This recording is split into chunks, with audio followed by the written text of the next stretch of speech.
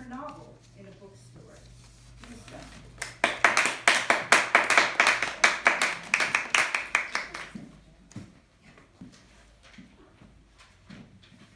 Toastmasters. 2 weeks ago, I left Toastmasters and I crossed the street and I went to the San Rafael Public Library.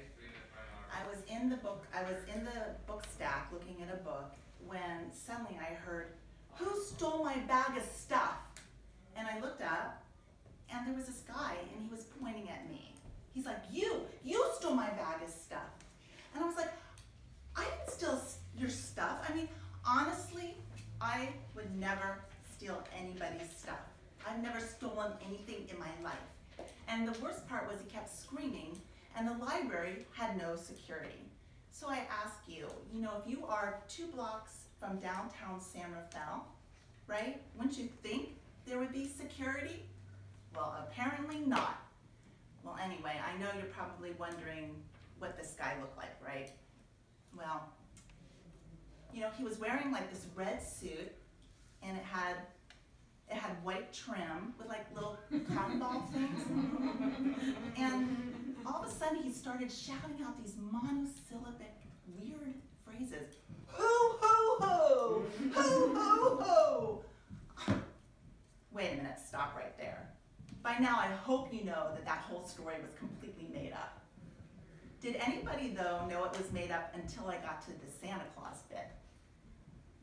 No one? AT did. She's probably an expert liar detector. Madam Toastmaster, Toastmasters, and guests, I bet you didn't know that 80% of lies go undetected. Bet you didn't know that all of us tell 10 lies a day. Now granted, a lot of them are probably white lies, or, Lisa, how are you doing today? Great, thanks for asking. Well, I'm going to teach you today how to be an excellent lie detector. First of all, when someone is telling the truth, they deny straight out the gate. I didn't do it. When someone is not telling the truth, they sometimes feel compelled to convince you rather than to deny. They go into a monologue sometimes. I would never do that. I couldn't do that. Well, when you hear those phrases, wouldn't and couldn't, that's a sign to you. The little red flag should be going up on your lie detector machine. They also might add qualifiers. Qualifiers are little phrases that come before sentences like honestly, or being truthful, or fundamentally. You might have heard that in my first monologue when I said, honestly, I never stole anything in my life. That's trying to trick you into thinking that. Another thing you might look out for are inappropriate emotions. How many of us still remember Scott Peterson from a decade ago? He murdered his wife. When he was being interrogated by the police, the first sign they saw was they said, "Scott, did you murder Lacey?" And he had inappropriate response. He smiled. And you know what he said? "I loved Lacey. I would never have murdered her." That was a real sign. But another real sign is that we see every day with our own lies is aggression. It's a way of throwing the questioner off. A classic example of aggression, I hate to tell you all, is if you're a parent, your own child. Because children are notorious for doing this one thing. "God, how can you say that? Don't you trust me?" Have you all heard that, all us parents in the room? That is a way of getting you to defend yourself and say, "Wait a minute, of course I trust you, honey." Then there's body language. People that fidget when they're talking might be lying. Women cross their legs when they're being interrogated. If you watch their feet, it's going like this sometimes. When I was explaining to you what Santa Claus looked like, you might have noticed that I was looking up to the right. I can assure you that was not bad eye contact on my part. This is called the right quadrant, and it's where people invent things. When they're thinking about inventions, they're looking there. That's a clue that I was making up some details right there. Now there's a caveat to all this. This is more about you than the liar. Not everybody lies the same.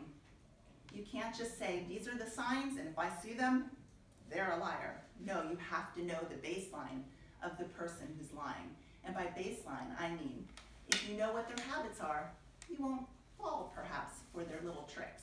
Or you might see their tricks more readily.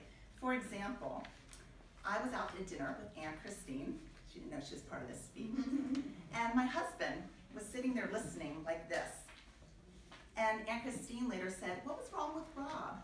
Was he in a bad mood? He seemed closed off. And I had to think about it for a few minutes, and then I said, oh no, that's just, Rob does that all the time. That's his baseline, his habit. He does this all the time. It really doesn't mean that he's closed off. So I knew him, and I was able to say that. But had Rob never done that ever before in his life, and I interrogate him and he does this, then that, my friends, is a sign. You also want to pay attention to stressors, because stressors can make people uncomfortable and nervous, and that might not be a sign that they're actually lying. There's a big difference between saying, hey, Julia, did you break the vase from the living room, and having the police sit there interrogating you. Much more likely to have nervous gestures, right, in that situation.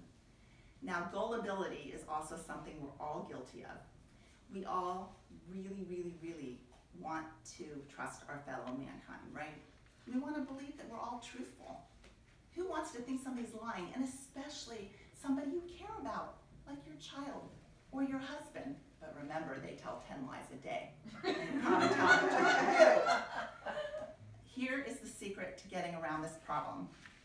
Do not look for the truth when you are interrogating somebody, interrogating or questioning. Do not look for the truth, because truth are woven into lies, sometimes naturally and sometimes manipulatively. You want to look for the lie. It sounds cold and harsh, but you are looking for signs. Ignore the truth completely. So, hey Julia, did you break that vase? No, Mom, I was in my room studying all day long. Well, then I think to myself, well, Julia did get an A on that test.